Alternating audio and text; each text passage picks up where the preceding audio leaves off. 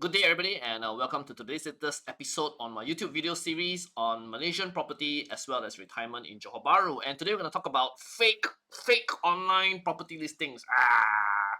I hate fake online property listings. Okay, but this is a problem that exists both in Malaysia and in Singapore, right? Where agents post online fake listings which are not correct, right? Incorrect. Okay, so let me explain what happens. So a fake or a phishing, we call fish phishing because sometimes the agents are fishing for customer, right? A fake or phishing online listing is what happens when an agent posts a listing, right? Where the usually the price is not correct or the listing does not exist, right? Usually it's either one, right? Price not correct or listing don't exist. So the agent don't have this listing actually. He just posts in order to get customer. And usually he posts it too good to be true lah. Means the price is very good, right? Or he say things as if very good like that, but actually no such listing exists. So this problem happens in Singapore, happens in Malaysia. I think Singapore not so bad, although it's still there. But Malaysia, this I think is quite bad, right? If you go online, there's a lot of fake listings online, right? I don't want to say in the property portals, right? We don't need to say which property portal specifically, but all the property portals have a lot of phishing and fake listings. So what happens when you call a phishing listing or a fake listing? That the agent will say, "Oh, this property don't have already, this listing don't have already. Have to swing you to another listing, right? Try to swing you to another product." Right, which is of course different, or he'll tell the price is different because it's a different product, right? This one don't have already, don't have, don't have, right? But actually, it never existed in the first place, or it's a fake listing in the first place, right? And what they want to do is they want to try to find the real buyers, right? If I'm an agent and I call them and say I want to co-broke this listing, right? Because your listing is so good, right? Or this one don't have, or this one is a co-broke listing. He actually don't have control of the listing, so right. He will never admit it's a fake listing or a phishing listing, right? The agent will say, "Oh, don't have," or whatever, and or won't reply your message. One common tactic is they won't reply your message, right? Because it's a fake listing. If they know that you are an agent, if you are a buyer, of course they will respond to you and try and swing you to something else, lah. So that's what happens when you call an agent with a fake or phishing listing. And sometimes what happens is that fake listings will create other fake listings. Means another agent saw the fake listing, wow, he also go and post, right, in hopes to get the same customer to call him. Because if let's say everybody posts 1.5 million, 1.6 million, right? Then one agent go and put a fake listing 1.3 lah. So 200,000 cheaper, right? So he hope everybody will call him lor. So another agent saw that, hey, this guy post 1.3, I also post 1.3 lah because I also want the same calls to come to them.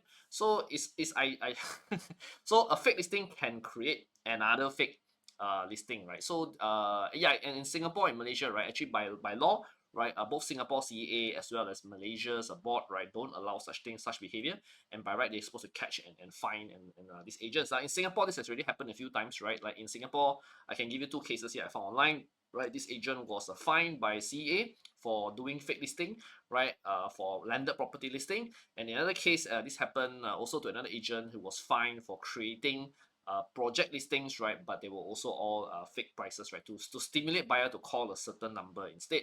So in Singapore case, right, government or CA do catch, right, or enforce some level of enforcement towards all these people who put fake listings. So the problem I think in Singapore is much less. In fact, I as an agent in Singapore, I also kena before, right? Kena as people try to copy me lah, not okay. So I had a listing I think 2-3 years ago, right? I was exclusive, so I'm quite sure I'm the only one. Right, another agent put another listing very close to mine, cheaper than me a little bit, right, but with no photos or not my photos, right? And to me, it was like very obvious that she was trying to fake copy me, right? Trying to get my customers to call her instead. So we try and send in our own fake customer to call, right? And then when she cannot actually show the unit, she eventually remove her listing. So actually in Singapore, this problem also exists, right? But in Malaysia, I think so far enforcement is quite poor, right? We haven't really seen a lot of people get caught for doing fake listings in Malaysia, unfortunately. So as a buyer, how do you determine that this is a fake listing or not? There are a few ways to catch, right? Number one is usually the price is too good to be true, right? If the price is too good to be true, like everybody posts 1.5, I said earlier, suddenly got one guy post 1 million, 1.2 billion, that's too good to be true, right? Why would the owner sell so much cheaper than the rest? Usually this is a fake listing. Number two is information not accurate, means the photos and the description don't match, right? The photo shows something else, he says something else, right? Or what we call low effort post. Low effort post means like the post was like very simply do one, right? Like agent simply do, right? Usually this is also a high chance of fake listing, means the agent don't put a lot of effort, right? He just want to put something cheap, right, to get your call, right? Or very attractive to get your call. In these cases, sometimes it's like information don't match, right? They, for example, they will say one bedroom, 1,000 square feet. Then say, how where got one bedroom, 1,000 square feet one? I say, and then the information like not logical, right? Or they use photos which like from developer show flat, right? When the project is completed property, right? Meant to be a resale listing or sub-sale listing, right? But go and use developer photos from many years ago one, or use show flat photos, right? Also not logical, right? So that's also one sign of fake listing. And also finally, when you see multiple agents posting the same photos, right? That means agent A, B, C, D, E, right, all posting the same unit, right, or same photos. At least you can't tell same unit or not. And prices may differ. Usually, some agent price a bit higher, some price a bit lower, right? Could be from same agency, could be from different agency, right? But a lot of agent posting the same photos. Right? So sometimes you call them, right? They don't even know this photo come from where. They say, oh, someone sent to them one, some other agent sent to them. So all is also fake. They don't know the real owner actually. So this is also a sign of a fake or phishing listing. So how do you determine that this is a good listing or a quality real listing? So number one usually is if the photos are exclusive. That means if you can only find this agent, this listing got these photos, right? The photos are unique, right? You cannot find these photos elsewhere.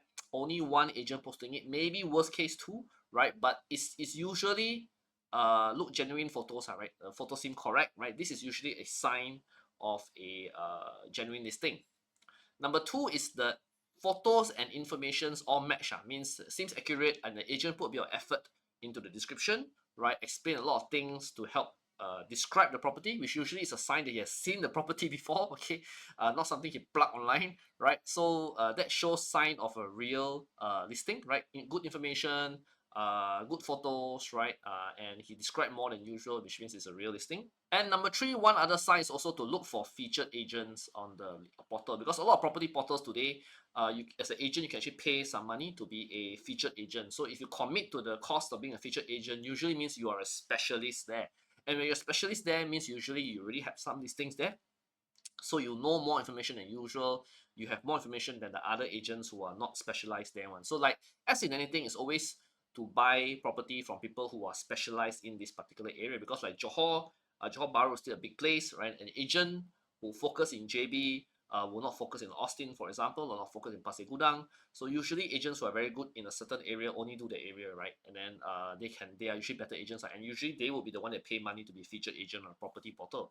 So that means that they are specialized area, and usually most of these kind of featured agents have the more better, more quality listings.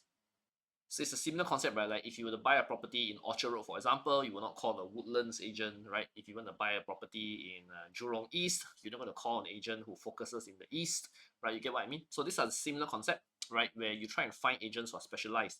Another way to find agents who are specialized is from recommendations. If you know owners there in the same building or the same area who can recommend good agents for you, that's also one way to start.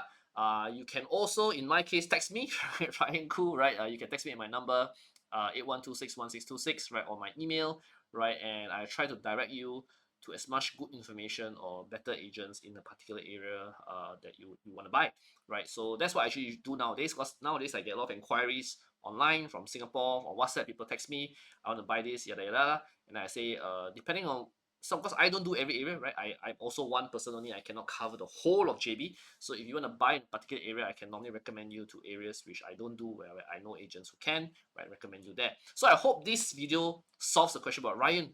Ryan, how come your video say the property price 1 million, but when I look online, I can find 700,000, right? Am I see wrong or you see wrong? Or Ryan, are you trying to sell me expensive property? Okay, this is to answer that question, right? Because like I said, there's a lot of not everything online can be trusted. Okay, not everything online can be trusted. So it's important to learn to identify which are the fake phishing listings. Okay, I hope you enjoyed this video. If you do like my content, do please like, share, and subscribe. I try to be the most honest, direct as possible content regarding properties in Johor Bahru and retirement topics in Malaysia. Right, hope you can like, share, subscribe to your friends. Right, and if you have any guys want to buy property in Johor Bahru, right? Don't know where to start, or you have some idea but don't know what you're doing is correct or not. Please feel free to contact me at my number 81261626 Singapore number, right? Listed here, and or drop me an email, right? You can find it in the description below the video, right? Okay, and yeah, please remember to like, share, subscribe. Thank you very much, and bye bye.